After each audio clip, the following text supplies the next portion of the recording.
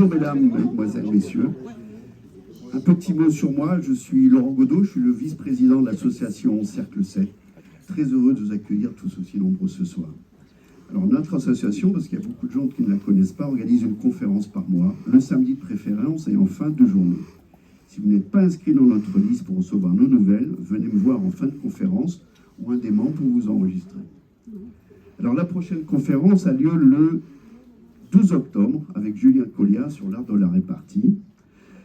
Un petit mot sur la sécurité, en cas où l'alarme d'incendie se met à sonner, j'espère pas, les portes de sortie sont là, donc prière de sortir par ces portes-là, s'il vous plaît.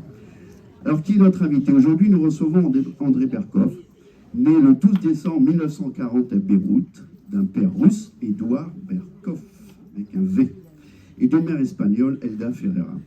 Il a grandi au Liban, émigré en France avant l'éclatement de la fameuse guerre civile libanaise. Il a été licencié en lettres après des études à Beyrouth et Lyon. Écrivain, André Berkoff a publié plus d'une trentaine d'essais, 40 essais, excusez-moi, je voulais corriger ça, depuis son premier livre, L'autre France, en 1975, sur les tendances fortes de la société d'aujourd'hui qui prépare les mutations de demain.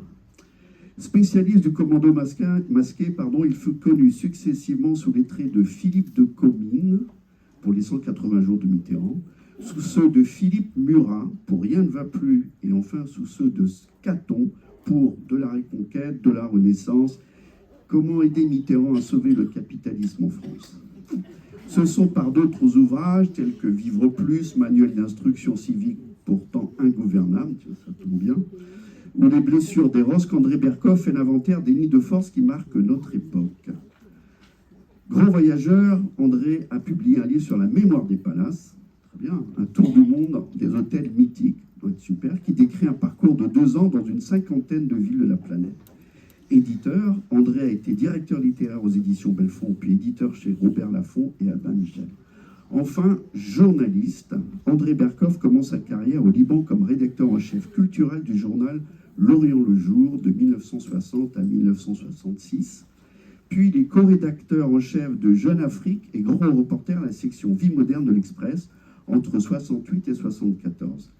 Il partage ensuite sa plume pour Actuel et ses humeurs dans Le Monde, Libération, Le Nouvel Observateur, Globe, Playboy, lui dont il est rédacteur en chef entre 84 et 85. Il fut directeur de la rédaction de François en septembre 2003 à novembre 2004, vice-président de François, président de Presse Club de France en 2004, réélu en 2005 et 2006. Journaliste indépendant dans les secteurs politiques, culturels et les faits de société, André Berkoff intervient régulièrement sur BFM TV, Radio Classique, LCI, et bien sûr sur Radio dans son émission phare, Berkoff dans tous ses états. Alors A comme André, B comme Berkoff, dans quel état est André Berkoff? Mesdames et messieurs, je vous demande d'applaudir André Berkoff.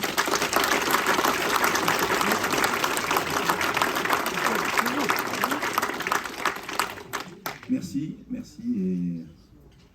et je suis très heureux d'être à la Baule. Je ne dis pas ça parce que je ne dis pas très heureux d'être...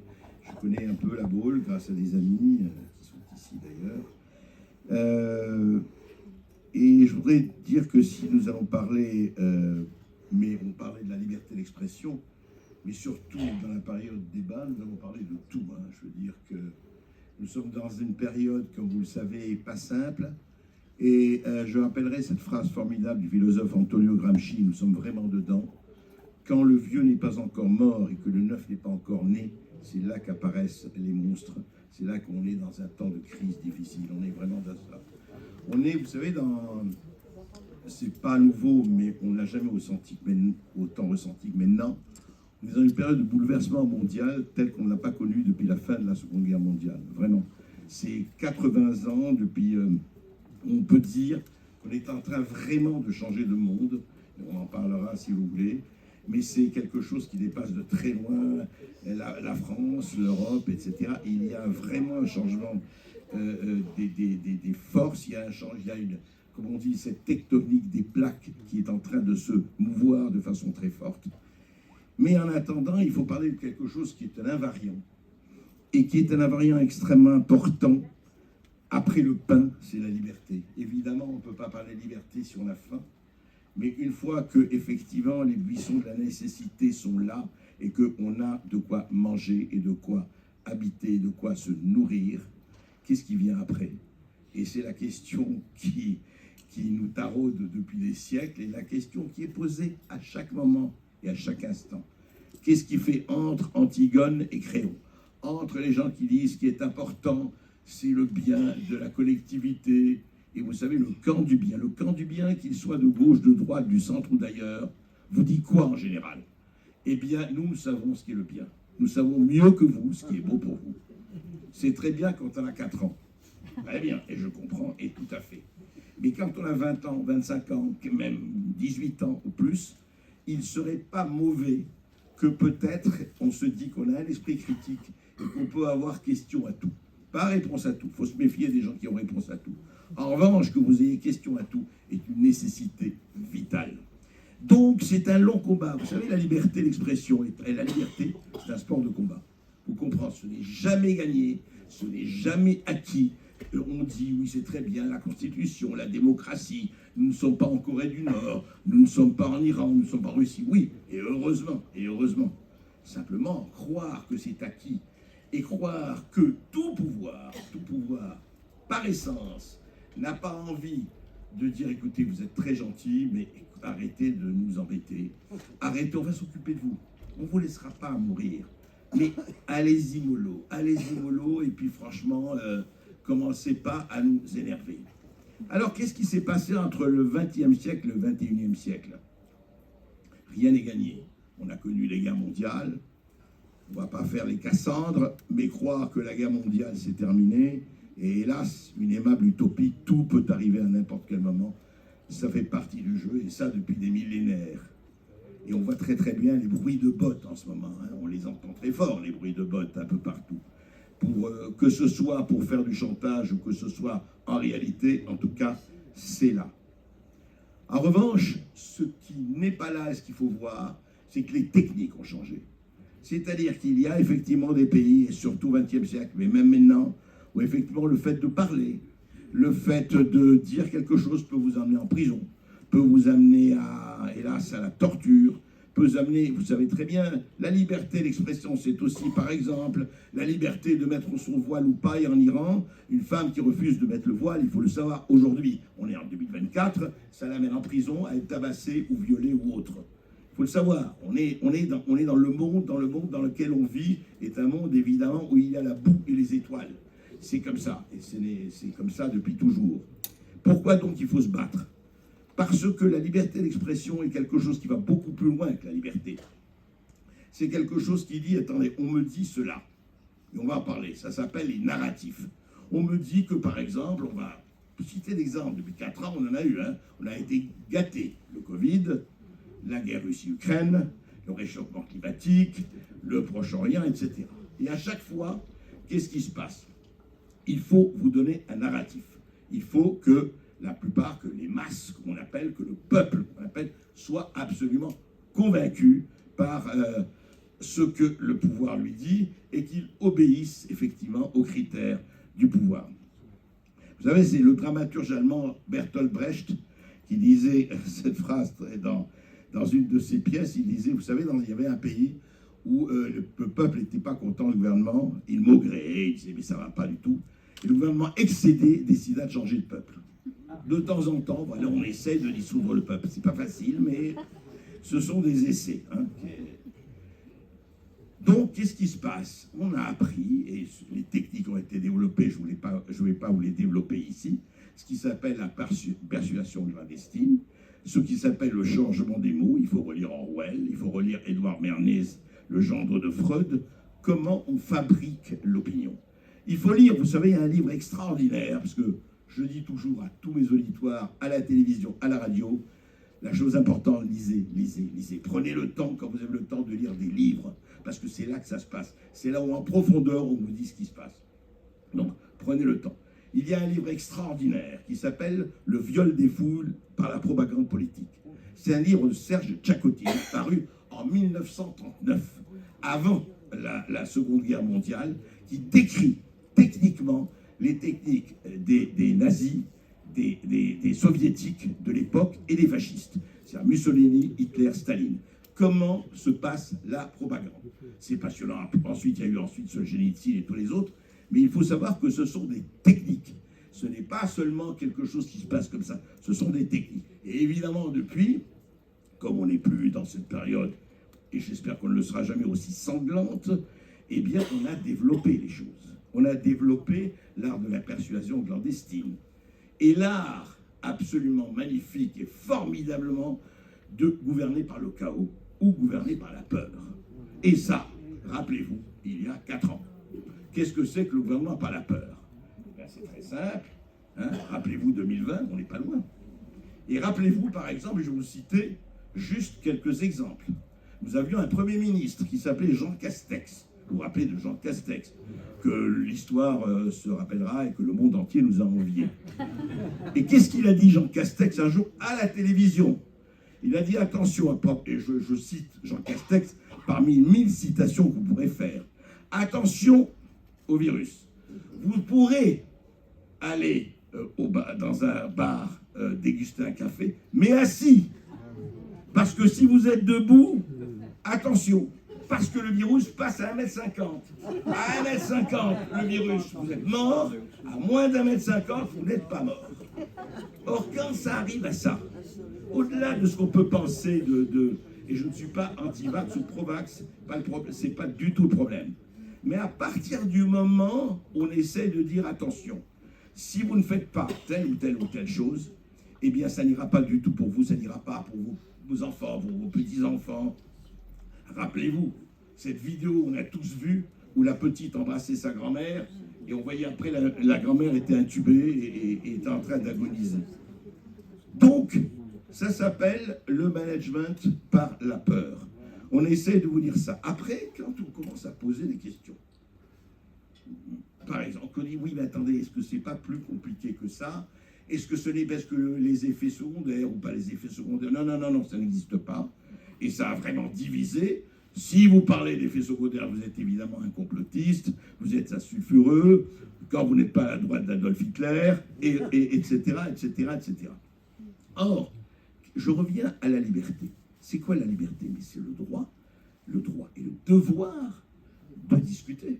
Je ne dis pas que moi j'ai raison par rapport aux autres. La liberté, c'est d'admettre les opinions contraires aux autres. Mais la liberté, c'est aussi de penser contre soi-même. Quand on se trompe, et Dieu sait si tout le monde se trompe, on dit oui, écoutez, je pensais ça, j'ai eu tort. Eh bien, regardez, il y a eu quand même jusqu'à aujourd'hui, et aujourd'hui, ça commence à bouger énormément sur ce front de la santé. Rappelez-vous qu'il y a encore 1 mois et demi, l'Organisation mondiale de la santé vous a dit, voilà, on va avoir la variole du singe. La variole du singe arrive. Ben, je ne sais pas, les singes étaient en grève, le syndicat CGT ou autre des singes étaient en grève, enfin on ne l'a pas encore vu, mais ça peut arriver, hein, tout est possible.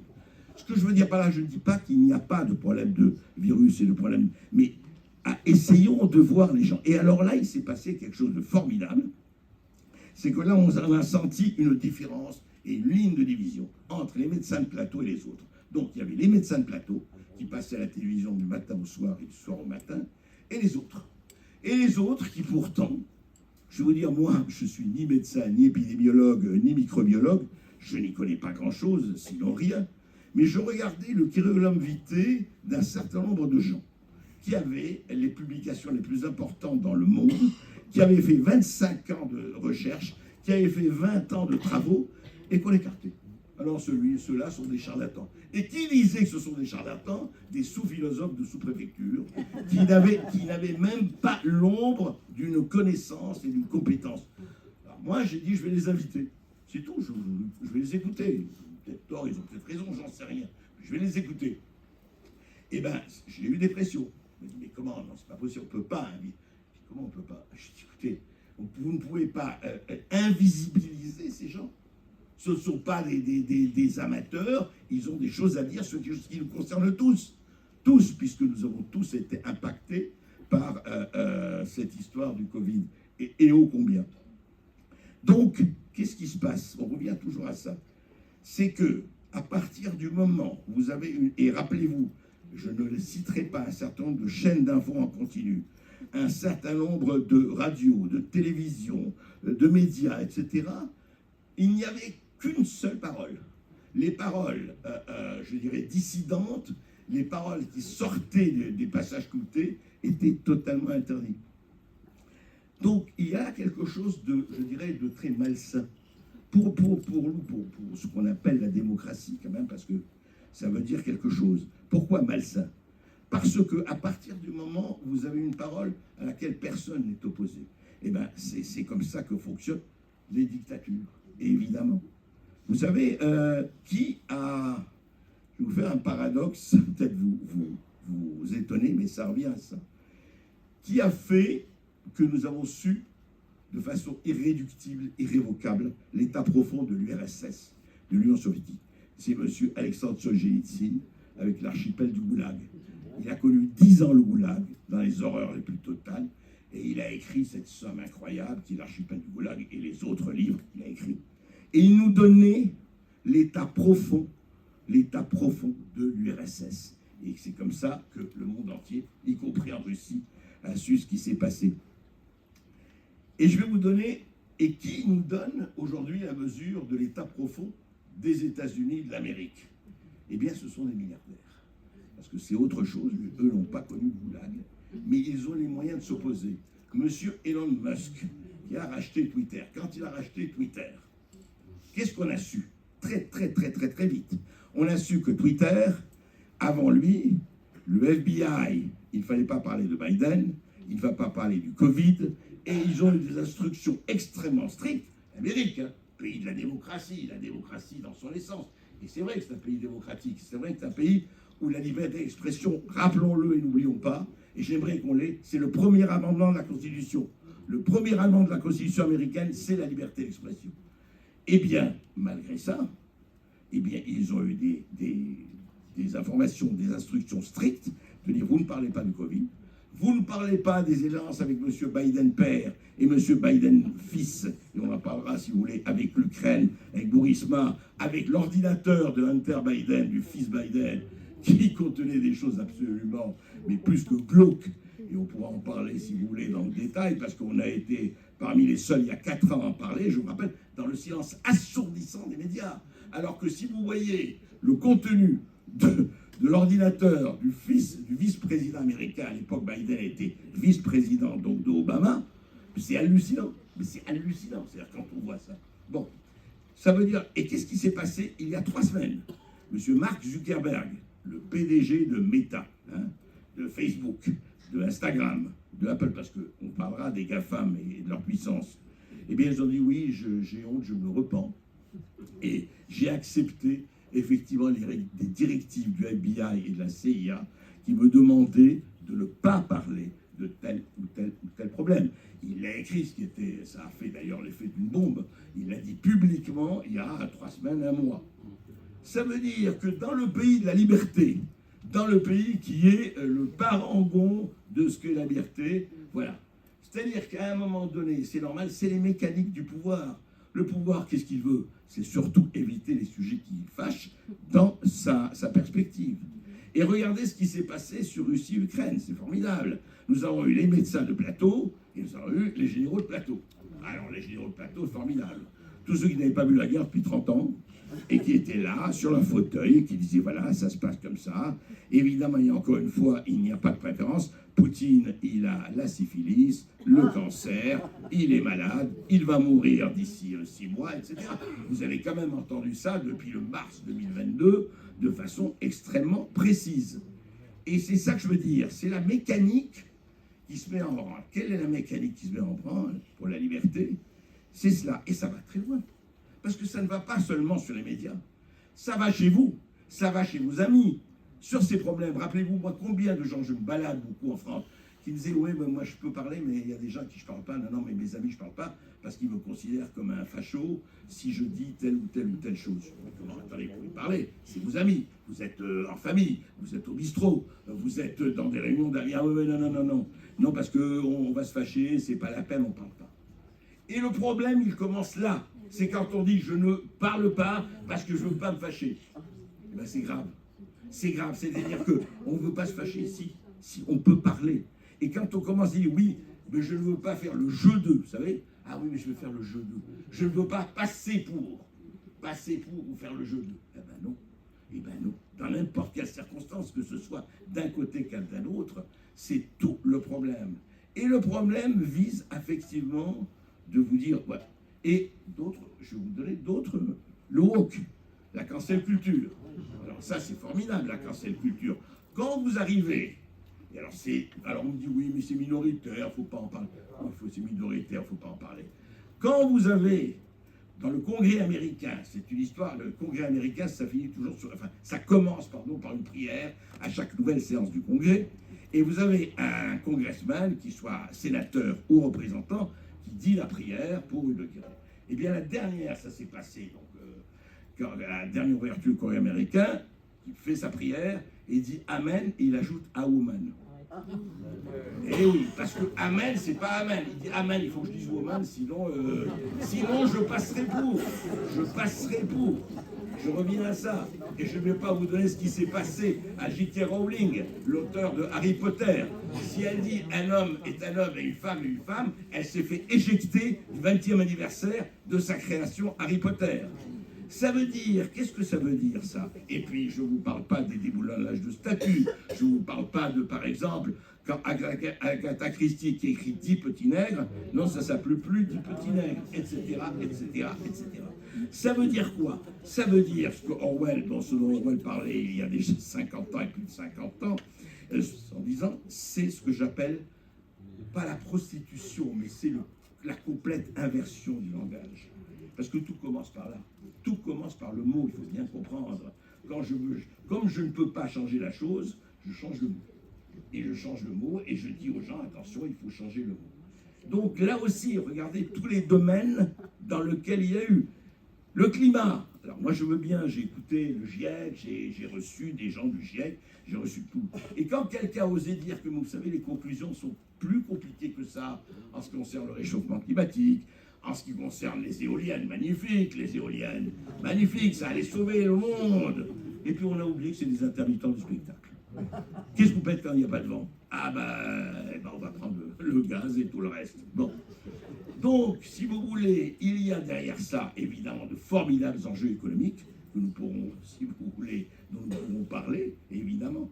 Et ces enjeux économiques, donc il ne faut pas dire on est là pour gagner de l'argent, on fait un formidable vocabulaire et énormément de gens sont payés pour ça. N'oubliez pas que les conseillers de McKinsey, pour parler que de McKinsey, il y en a beaucoup, sont très très très très bien payés pour justement construire un langage. Construire un langage qui vous dit voilà le réel. Et en fait, le fin du fin, je ne dirai pas son nom, d'un homme politique qui aujourd'hui, je crois, dirige, je ne sais pas si c'est lui qui dirige Facebook ou pas. Il dit, mais vous savez, il me l'a dit à moi, mais il l'a dit à d'autres, ça, la réalité, on s'en fout. Le problème aujourd'hui n'est pas le réel. C'est notre perception du réel qui consiste à donner. Et par exemple, vous savez, c'est extraordinaire parce que le morceau, de temps en temps, on lâche le morceau, et on vend le morceau, on le lâche. Vous savez, Delphine Ernotte, PDG de France Télévisions. Un jour, on a interrogé Delphine Ernotte, il n'y a pas si longtemps. Elle disait, vous savez ce qui nous intéresse, nous, et ce dont on parle, c'est la France telle qu'on la souhaite, et non pas la France telle qu'elle est. Fabuleux. C'est-à-dire que nous, donc, le réel, oui d'accord, il est ce qu'il est, on ne sait pas, on veut notre réel, on veut notre perception du réel, on veut vous donner notre version du réel.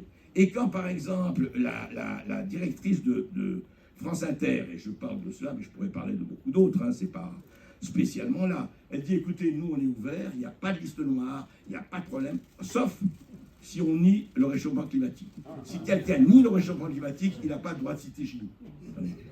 Excusez-moi, excusez-moi, c'est quoi la liberté? Même si la personne se trompe, est-ce qu'elle a le droit de parler? Ah non.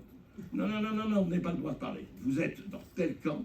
Et on revient toujours à ce manichéisme, à cette espèce de blanc et noir qui consiste à dire, ouais, non, mais vous êtes dans le bon camp.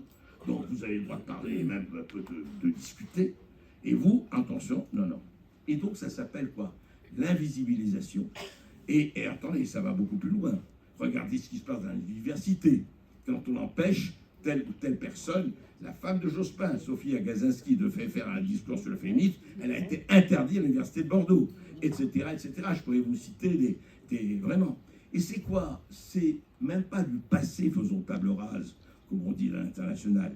c'est du présent, faisons table rase. C'est-à-dire, il se passe ce qui se passe dans le monde, mais nous, ce n'est pas le problème. Ce qui compte, c'est notre discours sur ce présent. Le présent, et à un moment donné, eh ben, c'est tout le problème, pour le meilleur et pour le pire, le réel frappe à la porte. On le voit aujourd'hui, on le voit dans tous les domaines. Dans tous les domaines, si vous voulez, géopolitiques, on le voit dans les domaines économiques.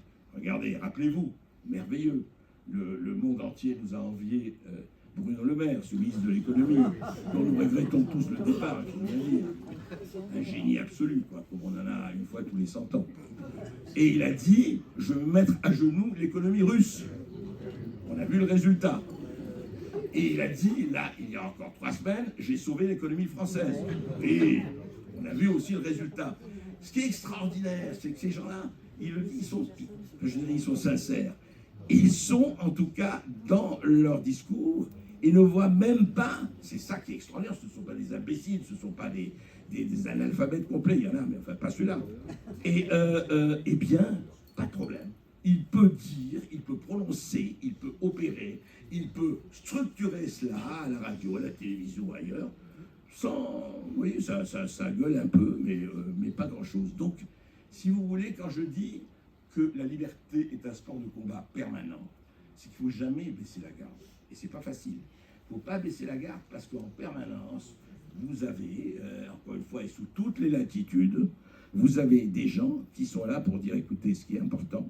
Vous savez, c'est Schwab, Klaus Schwab, c'est le PDG de Davos, du Forum économique mondial, qui dit quoi? C'est très intéressant. Lui, avec Yuval Harari, l'auteur de Sapiens, il dit, écoutez, dans le monde, il y a 20% des gens qui comptent, qui font marcher la machine. 80% ne servent à rien. Mais comme nous ne sommes plus Hitler, Mussolini et Staline, on ne va pas les supprimer, on ne va pas faire encore la dépopulation. Mais en revanche, il faut qu'ils nous laissent tranquilles. Donc on va leur donner du pain et des jeux, et nous allons les faire consommer. Et c'est tout le problème qui se passe aujourd'hui. Vous avez une tentative très très très très forte de dire, mais écoutez, mais tout le monde, voilà, on est 7 milliards d'humains, on va faire de merveilleux consommateurs, ils vont être gentils, ils vont être bien, à bas les frontières, à bas les identités, à bas tout ça n'existe pas.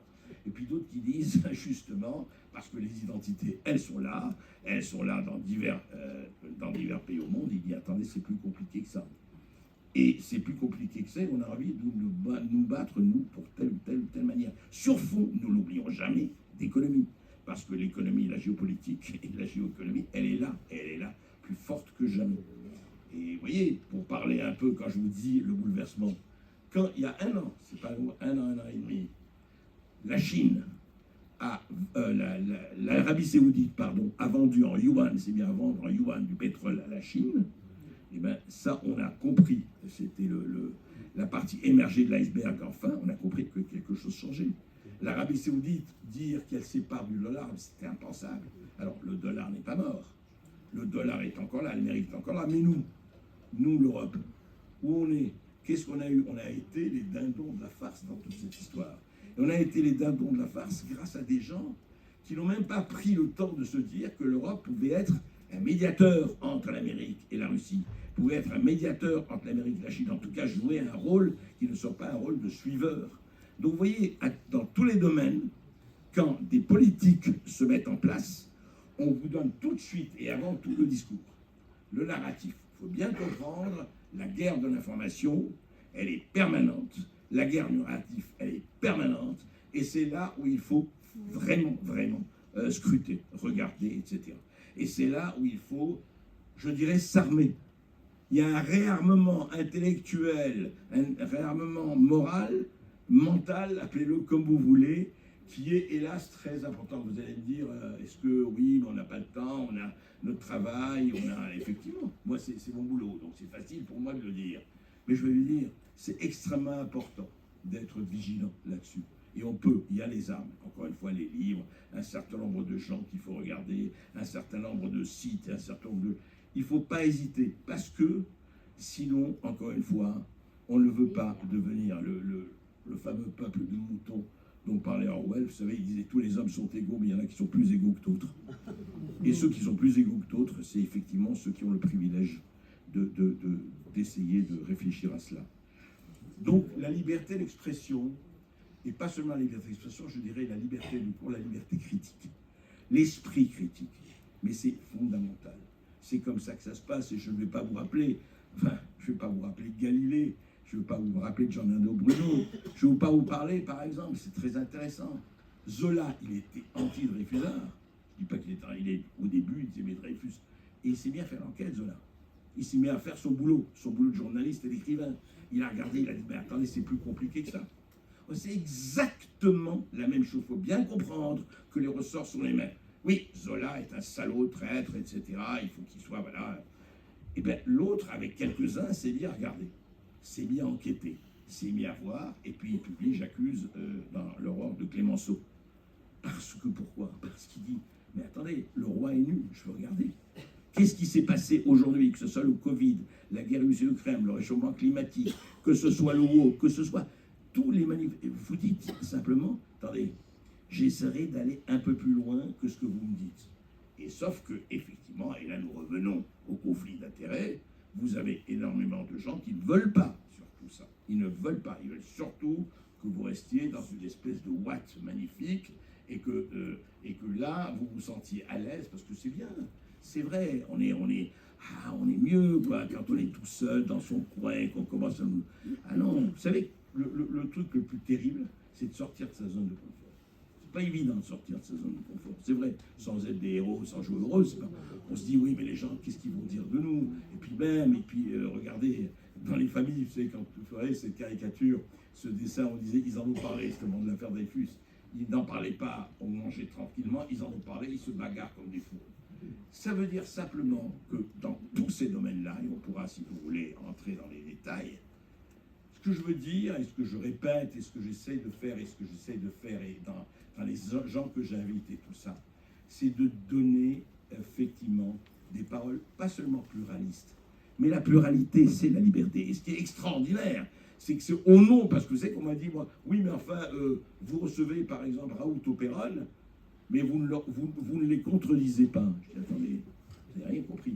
Mon émission, c'est la contradiction. Je ne vais pas, moi, les contredire. Je ne suis pas... En quoi? Je ne suis pas épidémiologue. Qu'est-ce que je vais raconter des bêtises pour raconter des bêtises? Je ne dis pas qu'ils ont raison. Je dis simplement, vous les écoutez. Et je fais ça pourquoi? Parce que dans les 3/4 des médias, ils n'ont pas le droit à la parole. C'est ça, c'est tout. Moi, je dis mon émission et la contradiction. Et c'est ça qui est important. Donc, si vous voulez, encore une fois, dans tous les États et à tous les étages, il faut bien se dire qu'aujourd'hui, et regardez, on parle de ce qui se passe avec les fusées, les missiles en danger, les Poutine qui dit, bah, si c'est ça, c'est la guerre, etc., etc. Bon, pourquoi? Parce qu'il y a là aussi, évidemment, une espèce de bluff très très fort, mais un bluff qui peut aussi dégénérer. Il faut bien voir, il ne faut pas croire qu'on est à l'abri, ça y est, maintenant, c'est la guerre nucléaire, il n'y aura plus de guerre. Non, c'est faux. Tout peut arriver, tout, hélas, parce qu'on va avoir la bêtise, l'imbécilité de quelqu'un qui déclenche quelque chose, et puis voilà. Donc, espérons que ça n'arrivera pas. Mais il faut savoir que quand on joue, effectivement, et quand nous avons, et là nous revenons à quelque chose qui est assez grave, c'est que nous avons un personnage, je dirais, ou une élite, pas toutes, il y a des gens clairvoyants, etc., qui ne pensent pas au collectif, qui pensent à leur intérêt, qui pensent à ceux qui sont eux et comment ils vont se sauvegarder. Or, et quand on accepte effectivement de prendre en main les destins d'un pays, il faut penser collectif, il faut penser... Vous savez, c'était Churchill qui disait, quelle est la différence entre un politicien et un homme d'État? Le politicien, il pense à sa réélection, l'homme d'État pense aux futures générations. C'est tout. Et c'est ça le problème. Et nous sommes malheureusement, je dirais, un peu trop dans des gens qui ont un format très, très, très, très rapetissé et très givaroïsé, je dirais. Et c'est embêtant. Parce que franchement, on mérite, en tout cas, la France mérite et l'autre pays beaucoup plus que ça. Donc la bagarre est là. On voit très très bien les prochaines élections américaines, ce qui est en train de se passer, les enjeux du 5 novembre. On voit très bien ce qui se passe, encore une fois, je le reviens, dans les pays de l'Est. Moi j'étais à Budapest et à Vienne là, cet été, enfin en partie. C'est très intéressant de discuter avec les gens. Et vous voyez que par exemple, quand on va là-bas, là aussi, c'est vrai que vous avez des points de vue qui sont complètement différents. Et puis quand on vient et quand on se balade à travers la France aussi, les gens, quand ils vous parlent, on voit très très bien. Ils sont très au courant. Contrairement à ce qu'on croit, Il y a beaucoup de gens qui sont très au courant, mais ils disent qu'est-ce qu'on peut faire. Et je leur dis, vous savez, c'est une phrase du Bouddha, il dit oui, qu'est-ce qu'on peut faire. Et c'est une phrase un peu, mais qui est drôle. Le Bouddha, il disait, que peut faire un moustique quand il sait qu'il va coucher avec un mec? À quel niveau ça se passe? Ah. Et je veux dire, je crois que c'est très important. Croire, chacun d'entre nous a une marge de manœuvre. Dire qu'on n'a pas de marge de manœuvre, oui, on n'a pas de marge de manœuvre quand on est en prison. On n'a pas de marge de manœuvre quand on est complètement, effectivement, je dirais, atiboisé dans une dictature. Mais sinon, la marge de manœuvre est là. Et il y a des gens dans cette salle que je connais qui ont quitté leur zone de confort, qui pouvaient parfaitement rester dans leur zone de confort. Vous savez, pas pour défendre Trump, milliardaire de l'immobilier. Bon, qu'est-ce qu'il avait besoin? Il a ses 2 jets privés, il pouvait continuer à bâtir 400 000 immeubles dans le monde entier, s'acheter ceci, s'acheter cela, etc. Il n'y a pas de problème. Pas de problème, non, il entre en politique. Et il se fait, depuis exactement 8 ans, ratiboiser du matin au soir et du soir au matin. Elon Musk, 250 milliards de dollars à 52 ans.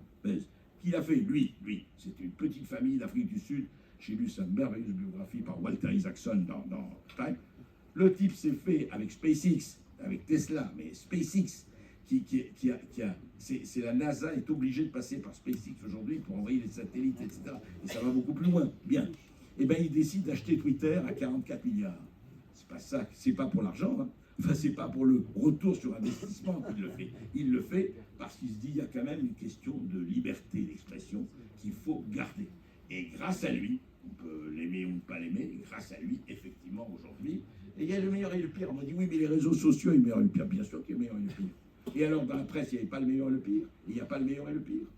C'est la même chose. Croire que les réseaux sociaux, c'est simplement une extension très forte, effectivement, au niveau du café, du commerce et autres. Et alors, vous avez des pépites dans les réseaux sociaux aussi. Vous avez des pépites, allez voir un peu ce qui se passe. Il y a vraiment des choses extrêmement intéressantes. Et il y a aussi de la boue et aussi n'importe quoi, bien sûr. Mais est-ce qu'il faut choisir la boue et le n'importe quoi ou la vérité officielle, aseptisée, sous vide et empaquetée de ce qu'on essaie de nous servir? Il est là le problème. Vous savez, c'est le moins pire. Hein. C'est jamais le très bon face au très mauvais. Donc, je répète cela, c'est que vous prenez tout ce qui se passe aujourd'hui dans le monde et chez nous, que ce soit au niveau. Pourquoi cette inflation? Je vais vous expliquer pourquoi. Alors, il y a des gens qui vous expliquent pourquoi on en est là, pourquoi c'était 1 franc d'abord, 1 euro, et pourquoi un café qui valait 3 francs vaut aujourd'hui 3 euros, etc., etc., etc. On l'explique. Pourquoi le prix d'électricité? Pourquoi aujourd'hui, par exemple, on disait embargo, et nous achetons du gaz de schiste aux Américains, alors qu'en France, c'est interdit le gaz de schiste, même de l'explorer. En revanche, des milliers de méthaniers arrivent à du gaz de schiste qu'on paye 40% plus cher. Nous achetons du pétrole en Inde, qui est du pétrole russe, simplement raffiné en Inde, et qu'on paye 15% de plus. À part ça, merveilleux, on est le pays de Descartes, on est le pays de la raison. Je veux dire, un peu expliquer tout ça, et se dire, est-ce que c'est ça qu'on veut, ou c'est pas ça qu'on veut? Ah non, la question ne sera pas posée. Ah, si vous voulez, on revient toujours à quelque chose qui est, en fait, au-delà de la liberté, l'exercice de la raison. Vraiment, la raison. On a l'impression que la raison, qu'est-ce que c'est? C'est qu'on fait dans l'émotion, on donne dans l'émotion, c'est très bien, l'émotion, c'est très important. Mais la raison est encore beaucoup plus importante. Parce que l'émotion, on la trafique comme on veut, on la manipule comme on veut, on vous donne 3 photos ici, 4 photos là, etc., etc. On truque, et surtout aujourd'hui avec l'intelligence artificielle, on fait ce qu'on veut, et puis on dit, ah là là, c'est terrible. Et je crois qu'il est là le problème. Il est vraiment dans un exercice, si vous voulez, d'approfondissement des choses. Alors, vous allez me dire, c'est pas simple. Oui, mais la vie n'est pas simple. Et prenez vraiment le temps de regarder. Et si vous n'êtes pas dupe et on dit qu'est-ce qu'on peut faire, on peut faire. On peut faire au niveau de vos voisinages, au niveau de votre rue, au niveau du quartier, au niveau de... On peut faire. Alors, c'est pas facile, c'est du travail de fourmi, mais des tas de gens font des travaux de fourmi, ils font du travail et essayent de faire et ne pas se laisser aller à cette propagande imbécile qui consiste à dire nous sommes le bien. Quand quelqu'un vous dit nous sommes le bien, ils sont le mal, déjà méfiez-vous. Ça veut dire vraiment déjà que la manipulation est à l'œuvre. Voilà, je crois que, si vous voulez, j'ai esquissé, mais moi, ce que j'aimerais, c'est discuter avec vous, si vous voulez, dans le détail. Mais voilà ce que je voulais dire. La liberté ne s'use que si l'on ne s'en sert pas. Merci.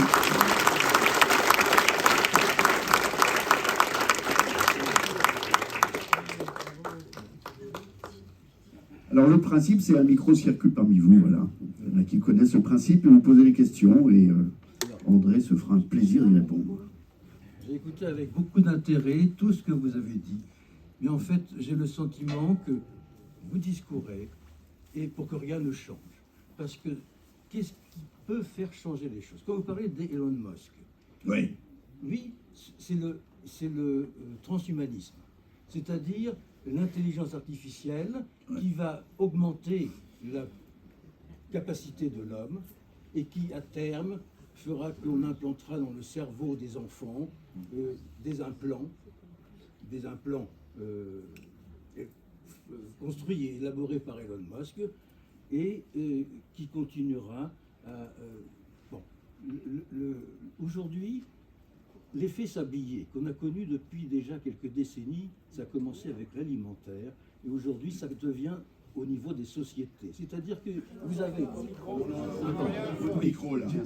L'effet sablier. Donc vous avez... Est-ce que je peux vous répondre sur Elon Musk déjà? Oui, certainement. Je vais vous dire, j'ai vraiment regardé et étudié. Elon Musk ne dit absolument pas ça. Elon Musk, aujourd'hui, met en garde contre l'utilisation une certaine utilisation de l'intelligence artificielle et une certaine, je peux vous le dire, référez-vous, et une certaine utilisation du transhumanisme. Il n'est absolument pas pour dire, voilà, ça c'est Klaus Schwab et ça c'est Harari. C'est pas Elon Musk. Je peux vous dire, regardez bien la chose, il n'est pas du tout sur cette position. Je voulais le dire. Ouais. Allez-y pour l'effet sablier. Bon, l'effet sablier, donc vous avez maintenant une minorité de personnes, c'est l'élite financière, milliardaire, etc., qui domine, qui dirige le monde, qui veut faire que le monde soit comme ils veulent qu'il soit. Au milieu, probablement, la plupart de nous tous, qui sont les classes moyennes, et puis en dessous, une base qui s'élargit de plus en plus, et qui est la population lambda, peut-être les gens d'en bas, comme disait quelqu'un récemment. Voilà. Et donc, aujourd'hui, cette élite financière et politique fait que le monde sera comme ils veulent. Et s'opposer à ça, quels moyens voulez-vous opposer? Je vais vous répondre. D'abord, vous dites ça, effectivement, il y a cette élite financière mondialiste, etc. Mais face à elle, il y a des gens qui ne sont absolument pas d'accord, et non seulement qui ne sont absolument pas d'accord, mais qui ont les moyens. Pourquoi vous croyez que l'élection du 5 novembre aux États-Unis est fondamentale? Fondamentale. Parce que les gens qui sont autour de Trump, comme Robert Kennedy Jr., comme Tulsi Gabbard et beaucoup d'autres, sont totalement et vraiment et radicalement opposés à cette vision. Justement, c'est pour ça.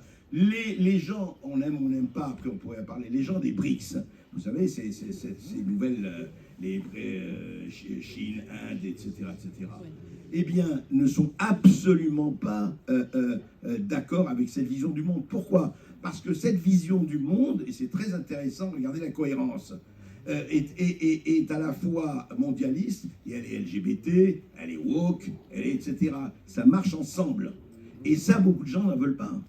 Croire que les dés sont faits et que les jeux sont faits, justement, si je croyais que les jeux sont faits, je ne serais pas là pour vous en parler.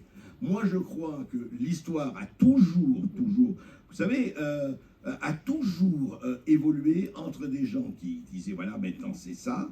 Rappelez-vous, Fukushima, Francis Fukuyama, pardon, disait, c'est la fin de l'histoire. Il a écrit en 2005, la fin de l'histoire après le 11 septembre, tout ça, c'est fini, l'Amérique a gagné, l'ordre mondial est un ordre libéral, etc. Eh bien non. Non, je crois très très sincèrement que la nature est ainsi faite, on espère que ça va durer, mais je ne crois pas du tout à ce que l'élite que vous décrivez et qui est effectivement là a gagné. Du tout. Je crois que les choses sont là et si elles sont aujourd'hui tellement... Pourquoi vous croyez qu'on essaie d'assassiner un ancien président de la République, à la Kennedy? Pourquoi on essaye effectivement de réduire et de dire que Poutine, c'est beaucoup plus à droite que Hitler. Pourquoi? Parce qu'il y a des forces d'opposition. Et ces forces d'opposition, et on ne parle pas encore de l'intégrisme, on va peut-être en parler, ces forces d'opposition sont des forces qui ne sont absolument pas d'accord avec la vision de Bill Gates, de Klaus Schwab, du Forum économique mondial, si vous voulez, des mondialistes, etc. Et heureusement, c'est pour ça que je crois que la partie n'est absolument pas gagnée. Je dirais même que la partie commence à être jouée. Et qu'elle va être très dure, c'est clair. J'ai une autre question dans le fond, alors. Oui. Oui, bonjour Monsieur Berkoff. Bonjour. J'ai suivi avec beaucoup d'attention tout ce qui est. On vous entend, on entend le micro est branché. Je suis oui. entièrement d'accord avec vous. J'ai néanmoins un petit point de divergence. Dites-moi. Je pense que le mondialisme est mort. Mais on ne peut pas nous le dire. Que le mondialisme est mort. Le mondialisme, pour moi, est mort. C'est possible. Si, mais par contre, on l'entretient, si vous voulez. On entretient volontairement afin que les gens, justement, pensent que le mondialiste est toujours une voie possible. Or, ça ne l'est plus. Écoutez, je crois que l'avenir est effectivement pas très lointain, nous le dira. Une autre question. Bonjour Monsieur Berkoff. Bonjour. En vous écoutant, j'ai simplement une petite anecdote qui me revient. Je voudrais bien avoir votre avis. Bon, j'ai pas votre renommée, etc. Ça, c'est pas la question. J'aime bien être sur les réseaux sociaux. Bon, on dit qu'il faut faire attention, mais voilà ce que je voudrais vous dire. J'ai eu un petit peu, comment je pourrais dire ça, comme un cheval de bataille. Ouais. C'est-à-dire que bon, j'habite à La Baule, et puis souvent quand je vais à la plage, quand il fait beau, il y a les fameuses traînées qu'on voit dans le ciel, les fameux chemtrails. Oui. Et puis comme ça, je me suis dit, bon, bah tiens, je vais voir un petit peu ce qui se passe sur Facebook, hein, pour pas citer. Et à chaque fois, mais je me suis fait allumer comme c'est pas possible, en disant que bon, le truc classique, c'est la condensation. J'ai dit, ben, ce que vous dites, bon, peut-être c'est la condensation, mais peut-être qu'il peut y avoir une autre explication. Et juste, donc à chaque fois, je me suis fait allumer. Et la dernière fois, donc je me suis dit, bon, alors après, ça sera aussi la question, Oui. c'est que je me suis dit, bon, bah, je suis pas connu et tout ça, j'ai pas envie d'être emmerdé comme ça dans ma vie, excusez-moi du terme. Et puis la dernière fois, il y a quelqu'un, non seulement il m'a allumé, mais en plus il a été recherché sur... c'est quand on est depuis 20 ans sur les réseaux sociaux, il y a des traces partout. Bien sûr. Et le type, il a été jusqu'à dire, mais qu'est-ce que vous racontez? Vous n'êtes... Alors j'étais libraire à Paris, mais voilà. Et donc, on trouve pas ma biographie, mais bon, voilà. Mm-hmm. Et puis, le type, il a été voir, oui, j'ai vu que vous n'étiez qu'un petit libraire, de quoi vous vous mêlez en disant que c'est de la condensation, point barre. Et je me suis dit, bon, bah, je vais arrêter. Mais voilà, en vous écoutant, la stupéfaction, et comment on fait quand on est un individu lambda, d'accord, il y a plein de trucs où on n'est pas d'accord, mais comment on fait dès qu'on essaie tout ce que vous avez dit. Je vais vous dire ce qu'on fait. On lui répond. La phrase immortelle de Courteline, passer pour un idiot aux yeux d'un imbécile est une volupté de fin gourmet.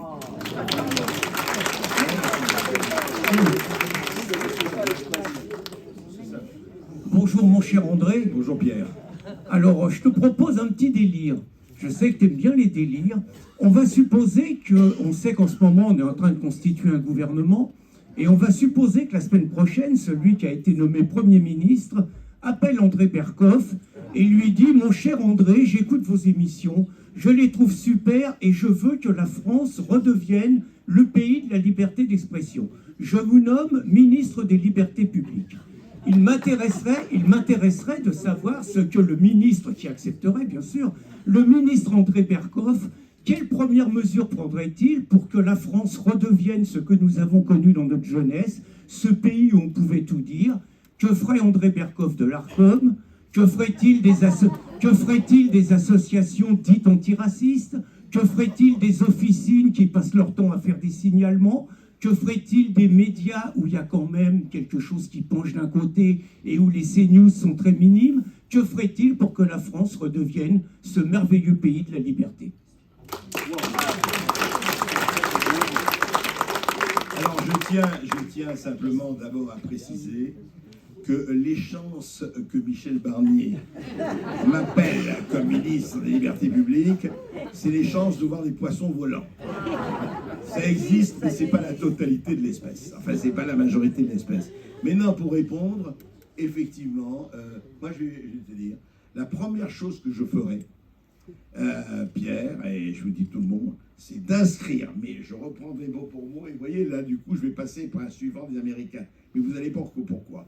J'inscrirai mot pour mot dans la Constitution l'inviolabilité et l'indivisibilité de la liberté d'expression. Dans la Constitution. Oui. Et que ce soit déjà, que ça ne puisse pas, que ça soit intouchable. Or, ce n'est absolument pas le cas. Vous avez décrit effectivement les officines ceci, les officines cela, c'est extraordinaire. Sur l'ARCOM, on pourra en parler, surtout avoir une haute autorité. Mais quelle autorité? À partir du moment, moi je vais vous dire, la loi c'est la loi, et les appels à la haine, les appels au meurtre, eh ben, tombent sous le coup de la loi, et c'est très bien. Mais pour le reste, mais qu'est-ce que ça veut dire? Qu'est-ce que ça veut dire? Et puis surtout, pardon, je vais revenir au service public. Le service public est payé par nous, contribuables. Où est la pluralité dans le service public? Je vais vous dire, vous avez le droit. Non mais on aime ou on n'aime pas. Je vois très très bien que, par exemple, si vous dites telle ou telle chose, l'ARCOM, moi j'ai reçu Renaud Camus, l'ARCOM m'a envoyé un avertissement. Renaud Camus il ne disait pas un mot dans l'émission. A-t-il assassiné? Il parlait même pas de l'islam, enfin des musulmans et des lois. Rien. Très bien. En revanche, France Inter, on peut chanter pendant un quart d'heure Jésus est pédé et Jésus, pardon, est un. Aucun problème. Il y a eu un signalement, aucun problème. Moi, c'est ça. Cette hypocrisie, tartufferie des deux poids et deux mesures est impossible. Ou vous jouez avec tout le monde ou avec personne.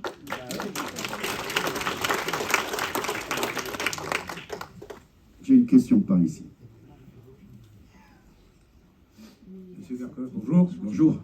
Je suis surpris et je voudrais savoir ce que vous pensez du rapport Draghi sur l'Europe. Parce qu'on sait qu'il est sorti et personne n'en parle. Je suis assez surpris. Bah écoutez, c'est très bien que vous soulevez cette histoire d'Europe parce que, au fond, l'Union européenne, pour moi, le Conseil de l'Union, pas l'Europe, l'Europe est un immense. Enfin, je ne vais pas vous faire la description de l'Europe, vous la connaissez aussi bien que moi. Je rappellerai simplement ce merveilleux livre de Georges Steiner qui s'appelle une certaine idée de l'Europe. Il disait, c'est quoi l'Europe? L'Europe, c'est le seul continent qu'on peut traverser à pied. L'Europe, c'est la Magna Carta anglaise, c'est la Déclaration des droits de l'homme, c'est la liberté. L'Europe, c'est le continent qui donne ses noms de rue à des philosophes, à des écrivains, à des créateurs. L'Europe, c'est dans les quartiers, les estaminets où se sont fait les révolutions, se sont fait les grandes discussions, etc.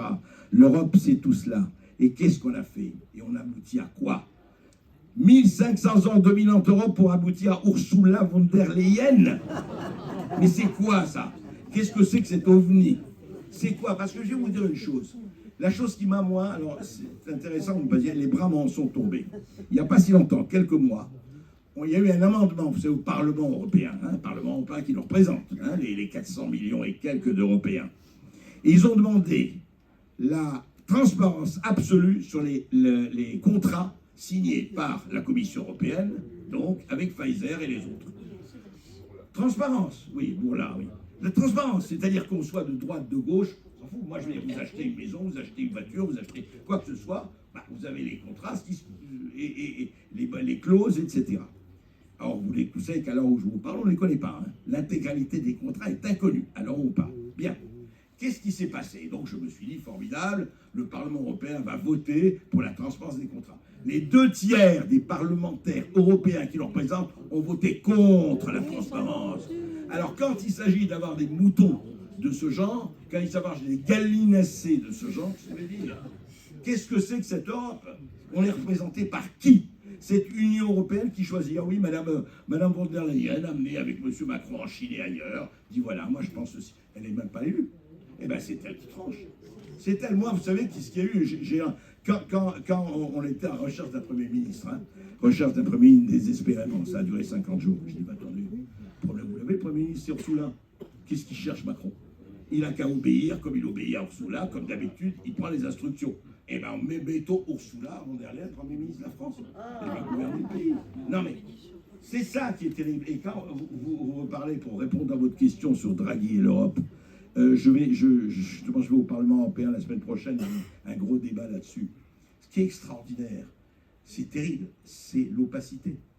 C'est la non-transparence. On est le pays démocratique, on est 400 millions de gens qui disent, bon, rendez-vous compte. Vous êtes copropriétaire de votre maison, vous avez un syndic. Le syndic, chaque année, il vous dit, voilà les charges, voilà où est passé votre argent. Est-ce que vous savez aujourd'hui où passe notre argent? Question. Vous savez aujourd'hui qui sont les créanciers étrangers de la France, 52%? Question. Personne. Vous savez que personne ne connaît les noms des créanciers de la France. Même chose. Ce qui est terrible dans cette Europe, c'est l'opacité. C'est la question ne sera pas posée, c'est l'enfumage et l'opacité. Alors, si nous ne sommes pas pour la transparence, si nous ne sommes pas capables d'appliquer la transparence, on est quoi? Voilà. Et Draghi fait partie de cette... voilà, on verra ce que ça va donner, mais honnêtement, s'il n'y a pas des gens qui disent, attendez, on exige de savoir où va cet argent. Une question par là. Bonsoir, M. Berkoff, enchanté. Oui, bonsoir. Moi, j'ai deux questions en fait qui sont certainement liées, mais par rapport à l'Europe, Oui, un peu plus. Oui. la corruption, justement, on n'en parle jamais, mais pour moi, elle est profonde. Je voudrais savoir à quel niveau vous la situez. Je vois Amra, par exemple, toujours dehors, et la dernière route. Forcément, ça interroge. Et la deuxième question, c'est par rapport à Zelensky, qui fait encore son 20 ans de guerre et qui va encore insister pour avoir des missiles longue portée pour tuer en plein cœur de la Russie, donc déclarer la guerre. Et l'OMS en parallèle, qui a une politique de dire qu'il va falloir qu'on réduise la voilure en termes de démographie. En fait, il y a deux possibilités finalement de réduire à 5 milliards. Quoi. Voilà. Oui, alors il y a plusieurs questions. La première, rappelez-moi, c'était... La corruption. Ouais. La corruption, oui. Et la corruption, vous savez, c'est la chose du monde la mieux partagée. Hein. C'est hélas, pas nouveau, ça encore. Enfin, je réponds à chaque fois ça, mais c'est vrai. Vous vous rappelez qu'il y a eu les valises pleines de billets trouvées chez un député grec à Bruxelles. Vous savez, moi, je suis en train de lire le livre, il va paraître dans 2 semaines, des mémoires de Robert Bourgi, qui était Monsieur France-Afrique, après Jacques Faucard. C'est très intéressant. Il raconte le balai des valises. Comment les gens se succédaient chez tel ou tel potentat africain, et puis les valises étaient vides au départ, et après, arrivé, c'était bon. Et ça, l'histoire de la corruption, c'est toujours pareil. Il y a des députés européens qui se battent très courageusement. Je pense à Virginie Joron, et je pense aussi à Michel Rivasi, qui a fait un travail formidable, paix à son âme, et que j'avais très souvent au micro, qui a fait un travail formidable. Et le problème, si vous voulez, c'est toujours pareil. Encore une fois, c'est la lutte, c'est le sport de combat, c'est-à-dire qu'il y a une corruption, parce que vous savez, il y a 4000 lobbyistes. Vous allez à Bruxelles, c'est très intéressant d'aller voir un peu là-bas. 4000 lobbyistes, évidemment, qui défendent les intérêts de tel groupe, etc. Bon, on sait très très bien aujourd'hui, et ce n'est pas les mots en l'air, on sait très bien ce que c'est que BlackRock, on sait très bien ce que c'est Monsanto, on sait très bien ce que c'est... qui ont acheté aujourd'hui la moitié des territoires de l'Ukraine. Déjà, le grenier à blé, c'est fait, et puis qui vont participer à la reconstruction. Donc, le complexe militaire industriel reçoit du fric en disant « génial, on teste les armes, hein. On est prêt à se battre jusqu'au dernier Ukrainien, il n'y a aucun problème. » Et puis les autres vont recevoir pour la construction. Donc, hélas, cette histoire de corruption, elle est là endémique, mais encore une fois, il faut se battre. Je veux dire, c'est toujours pareil, il y a des gens qui, effectivement, qui se battent, et des fois, ils gagnent. Et des fois, il ne faut pas croire que la partie est jouée, loin de là. Voilà. Et pour la seconde question, c'est l'OMS. L'OMS et Zelensky, c'est très simple, ça c'est un cas, c'est même plus de la corruption, là. C'est très intéressant, c'est Margaret. C'est-à-dire, qui subventionne, qui finance l'OMS? Il y a des pays, il y a la Chine, il y a les États-Unis, et puis il y a monsieur et madame Bill Gates. Bill Gates, la fondation Bill Gates, etc. Alors vous imaginez quand M. Bill Gates dit que de temps en temps il faudra réduire la population, peut-être M. Bill Gates a raison, mais on ne le dit pas comme ça. Mais on dit voilà, il faut peut-être, et il y a eu des hommes politiques qui ont dit oui, il faut effectivement réduire, il y a trop de gens, 7 milliards, si on était 1,5 milliard, c'est bien. Alors j'y viens, destruction de 6 milliards de gens, oui voilà, on va essayer par tous les moyens. Et Zelensky, c'est encore mieux. Zelensky, c'est fabuleux. Zelensky était, comme vous le savez, j'allais dire un truc, mais c'est pas gentil pour Cyril. C'est Cyril Hanouna de la télé ukrainienne. Mais c'est pas gentil pour Cyril Hanouna, franchement. Parce que j'aime bien Cyril Hanouna. Non, mais je caricature là. Je veux dire simplement, il était là, il a été élu en disant je vais, attention, la paix, ça va être la paix, ça suffit, etc. Et puis alors, qu'est-ce qu'il a fait lui Zelensky? Il est complètement, il est formidable d'ailleurs. C'est quand même, il faut lui rendre cet hommage, un businessman extraordinaire. Il va quelque part, il revient avec 50 millions ou 50 milliards. C'est un grand businessman. Bon, lui, je ne sais pas où il va finir avec une balle quelque part, où il va finir dans une maison de Los Angeles ou ailleurs, parce qu'il a acheté beaucoup de maisons.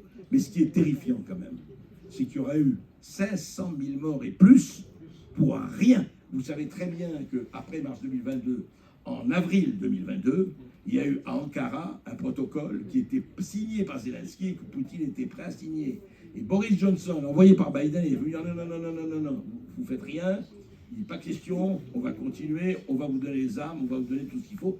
Et on est là aujourd'hui, voilà. Si vous voulez, ça, c'est vraiment le conflit d'intérêts et on est prêt pour le fric à se battre. Il y a un monsieur aussi là.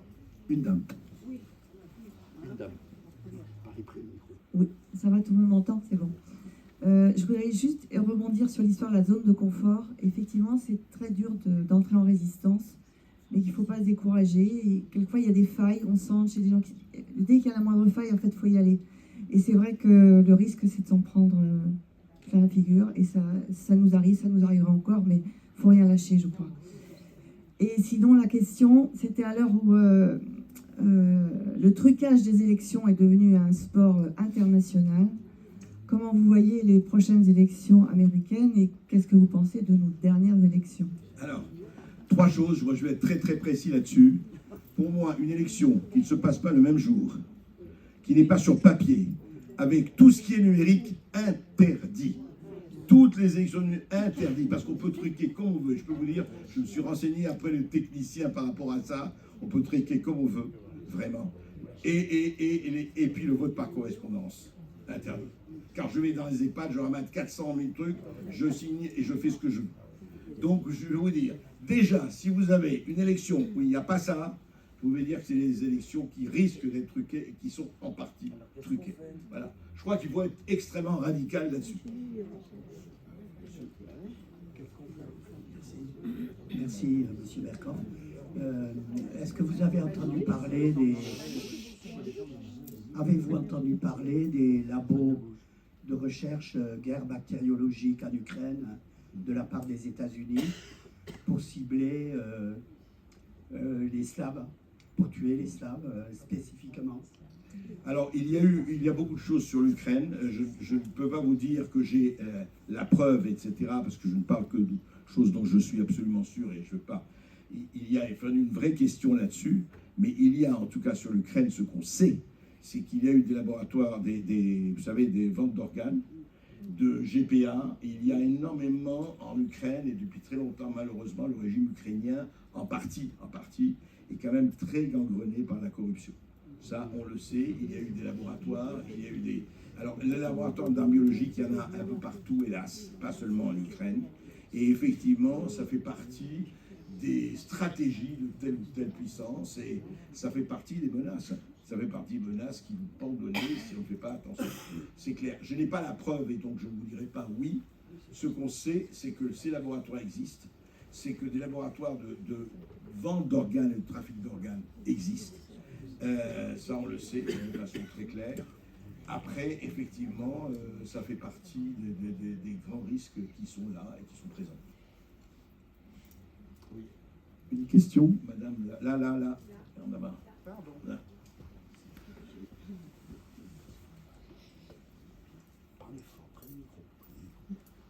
Bonsoir, merci beaucoup Monsieur Berkoff d'être quelqu'un, un vrai journaliste qui permet la parole pour toutes les opinions et à côté de tous les journaleux malheureusement des mainstream. Je voudrais vous remercier et vous poser une question pour des sujets qui ne sont pas abordés en France, à savoir pédocriminalité et drogue au plus haut de l'État. et qui sont vraiment les problèmes les plus importants de notre France.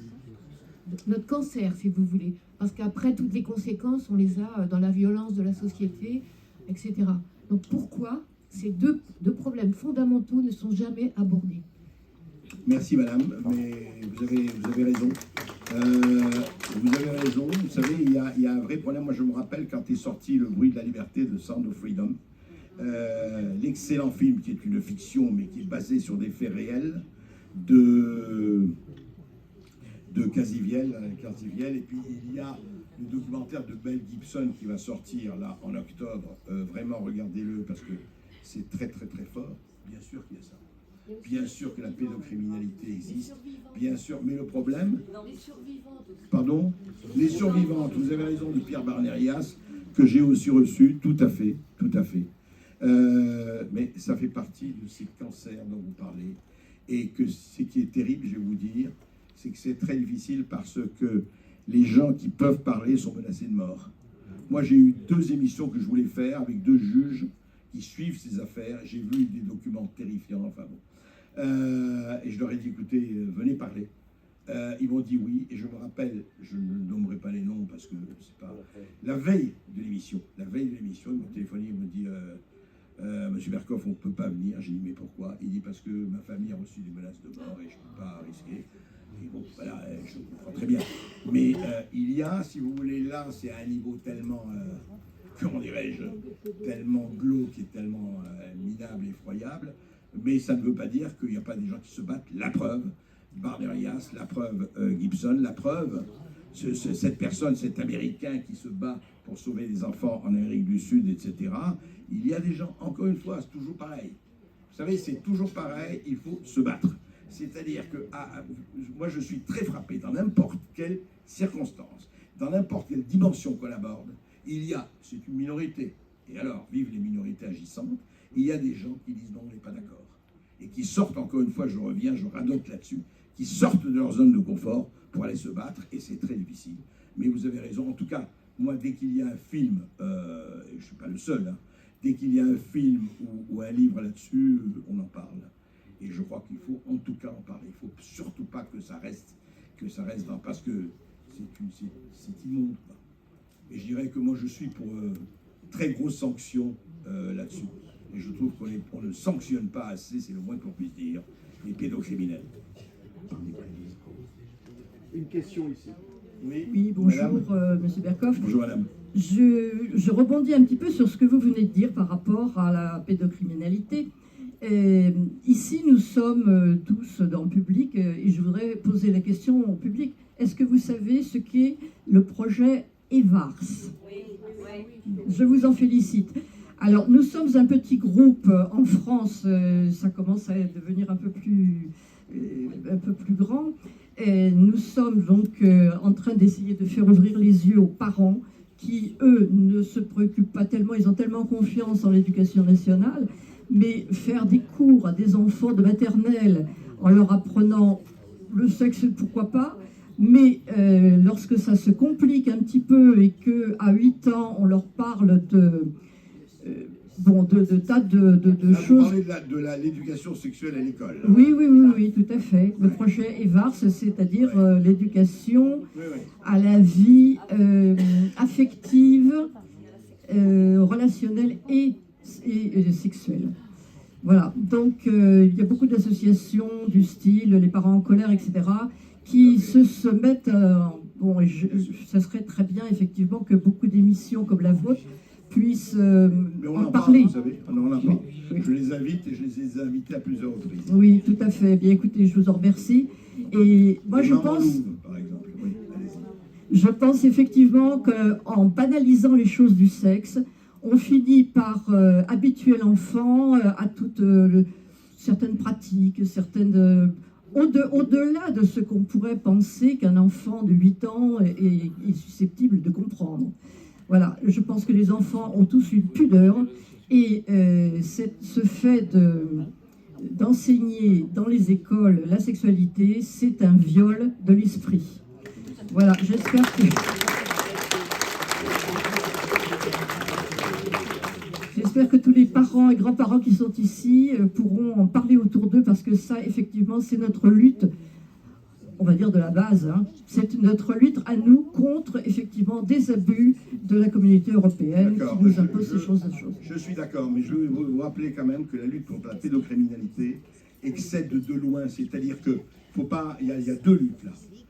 Sur l'éducation sexuelle, l'école, beaucoup à dire, et je suis d'accord avec vous, bien sûr.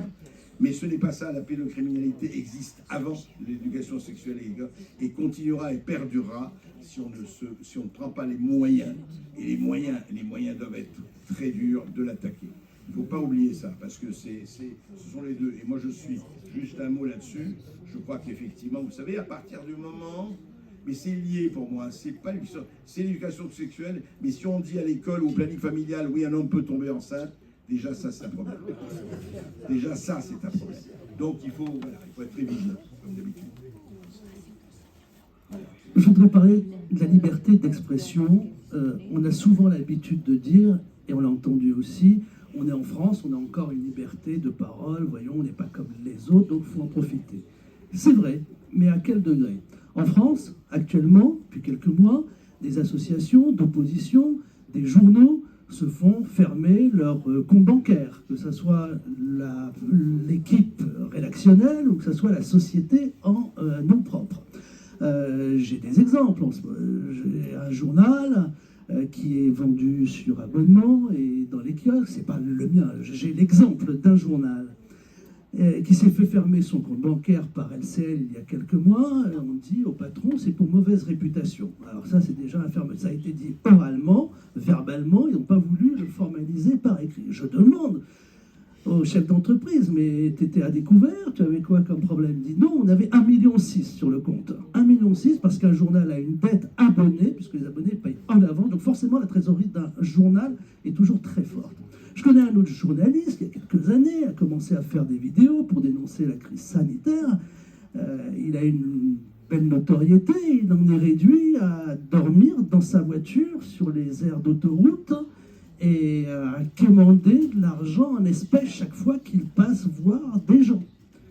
Je connais, je ne vais pas le dire, peut-être sont-ils dans la salle, des gens qui ont des sites d'opposition, qui se font réveiller à 5 h du matin, on leur tape la porte, et ces gens tremblent à l'idée de dire où ils habitent ou de dire à leurs voisins où ils sont. Et après, on nous dit, en France, oui, mais mon brave monsieur, ceux qui sont condamnés, c'est ceux qui ont fait, c'est pas comme dans les autres, il y a quand même la liberté d'expression, parce qu'il a fraudé le fisc, parce qu'il a fait ceci. Alors que dans des régimes totalitaires, les mêmes méthodes sont utilisées. On ne condamne pas les gens parce qu'en réalité, ils ont dit ou ils ont écrit cela. On les condamne parce qu'on le retrouve après un contrôle fiscal, X choses. Et là, on dit c'est pas normal, là, c'est la démocratie qui y est atteinte. Il y a toujours le deux poids, deux mesures. Alors ma question est simple, quelle heure est-il? Si on part du principe qu'à minuit, on a basculé dans le totalitarisme, et qu'à minuit moins 5, on peut encore se battre, quelle heure est-il? Bon, je dirais que...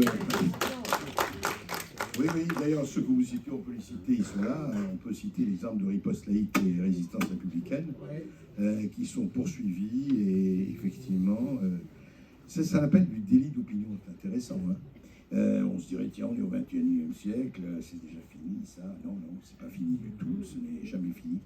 Je dirais, je vais vous dire, je dirais que si je pensais qu'il était minuit 10, on ne serait pas là.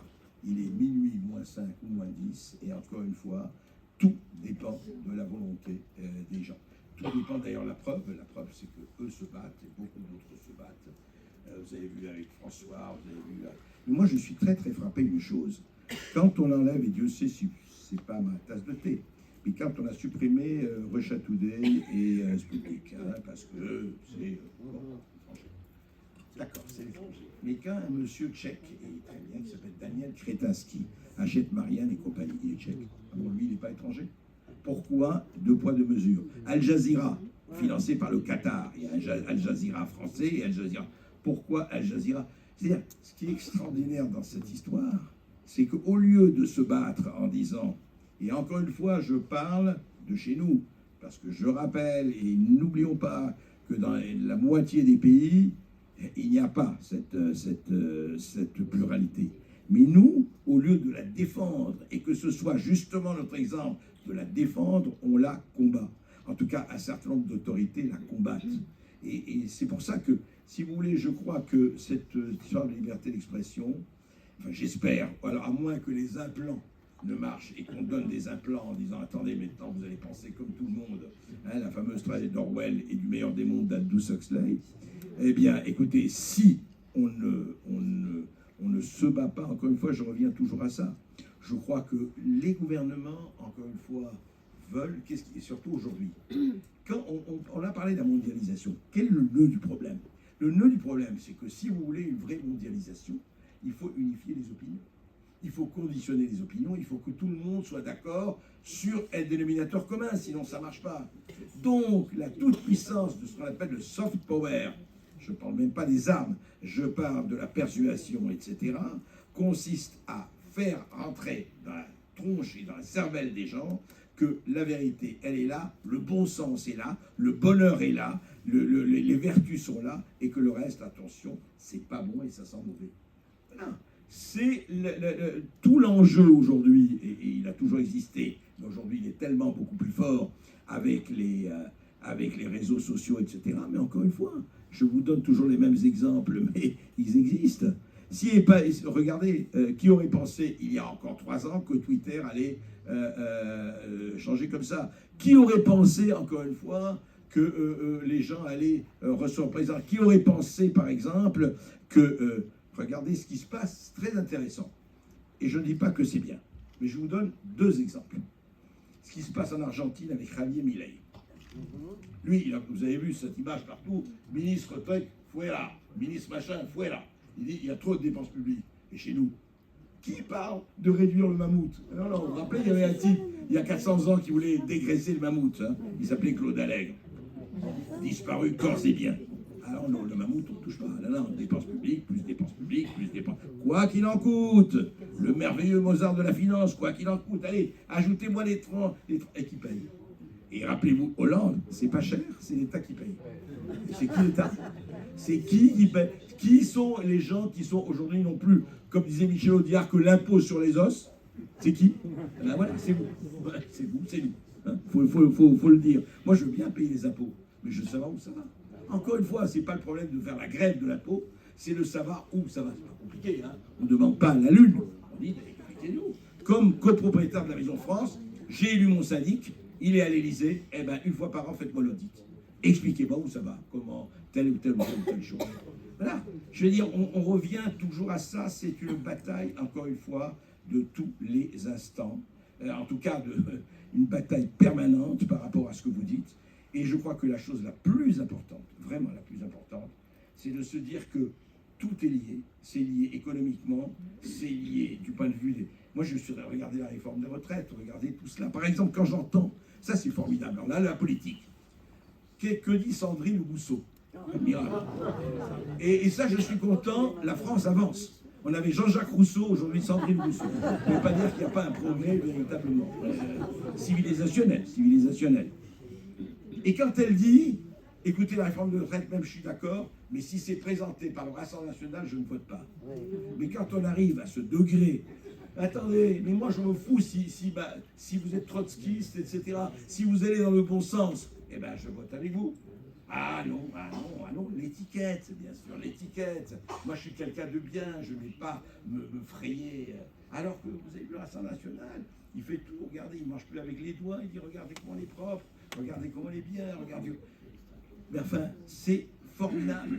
Cette espèce on revient au court terme et au long terme. Est-ce qu'on pense au long terme? Non, au court terme, attention, je ne vais pas me commettre avec tel ou tel. Voilà, vous savez, c'est toujours... vous savez, c'était René Char, un grand poète. Il disait « La lucidité est la blessure la plus proche du soleil ». Eh bien, il faut la garder. Une autre question?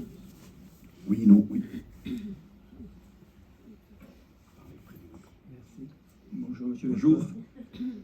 Tout à l'heure, on évoquait la pédocriminalité au niveau des dirigeants, et éventuellement donc la drogue associée à tout cela. Ouais. Qu'est-ce que vous pensez du traitement qui est fait actuellement concernant l'abbé Pierre, sur justement ce qui se serait passé il y a quelques années, et pourquoi les médias mainstream en font autant justement sur ce cas aujourd'hui.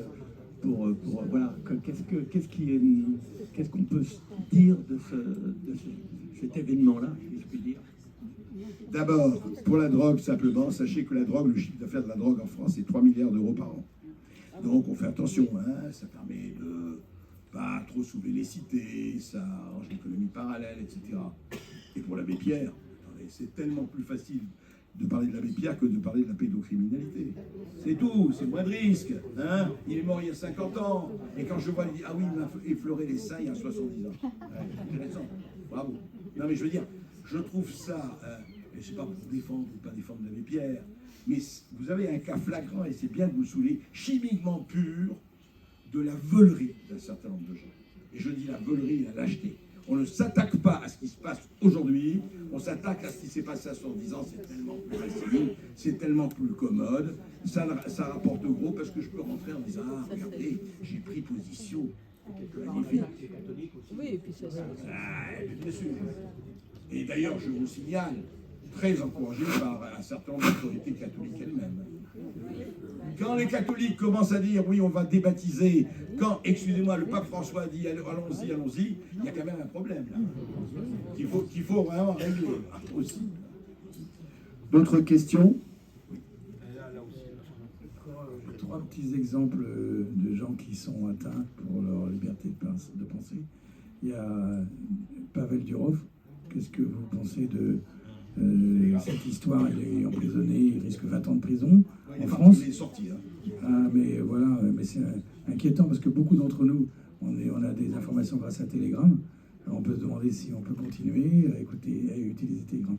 Il y a aussi Alain Soral, pour ne pas le nommer, il vient d'être condamné en Suisse à 40 jours de prison ferme. Et je pense enfin aussi à Julian Assange, qui a été extradé aux États-Unis, qui maintenant risque 175 ans de prison, paraît-il. Non, alors d'abord, Julian Assange est rentré en Australie. Je ne mettrai pas Julian Assange dans la même catégorie que Soral et tout ça, c'est encore autre chose, ça. Mais je dirais que, vous savez, pour parler de Julian Assange, qui a fait un travail extraordinaire avec Wikileaks, lui, ce ne sont pas seulement des opinions, lui, ce sont des faits. C'est pour ça que je pas la même chose. Et Pavel Durov aussi, c'est la plateforme. Vous savez, c'est très intéressant et ça me rappelle quelque chose de formidable, on n'en a pas parlé. Vous avez vu, Libération et autres ont dit il faut arrêter les couteaux. Vous savez, quand il y a tous ces attentats à couteaux, il faut arrêter les couteaux, c'est formidable. C'est-à-dire que si demain je vous agresse avec une fourchette, il faut arrêter les fourchettes. Non mais, c'est extraordinaire, on va effectivement faire une censure sur les couteaux. Bande de crétins, c'est quelqu'un qui tient l'arme qui compte. C'est quelqu'un qui tient le couteau qui compte. C'est quelqu'un qui fait la chose. C'est pas le couteau, c'est pas l'instrument. Et regardez la veulerie, la lâcheté, l'hypocrisie de ces gens-là. Alors il y a les attentats au couteau, vous avez remarqué que c'est devenu quotidien. Hein, oui, c'est même plus un fait divers, on en parle. Oui, voilà, agression au couteau de tel, etc. Au QTF, j'adore quand on dit obligation de quitter le territoire français. Est-ce que vous pouvez prononcer cette phrase sans hurler de rire? Obligation de quitter le territoire français. Non, je peux vous parler. Voilà. Donc quand on en est là, il faut quand même dire les choses et dire les choses telles qu'elles sont. Et donc, si vous voulez, moi ça m'a vraiment frappé ça. Parce que je me dis, et Keir Starmer, le merveilleux Premier ministre anglais, là, qui accepte tout, et il dit, oui, c'est vrai, il faut arrêter les couteaux et les machettes. Alors voilà, ce qu'on va faire, c'est un inventaire des objets de cuisine, lesquels sont effectivement létaux, lesquels peuvent servir à tuer ou à blesser. Et on va, voilà, il faudra trouver d'autres choses pour cuisiner. Il faut faire attention.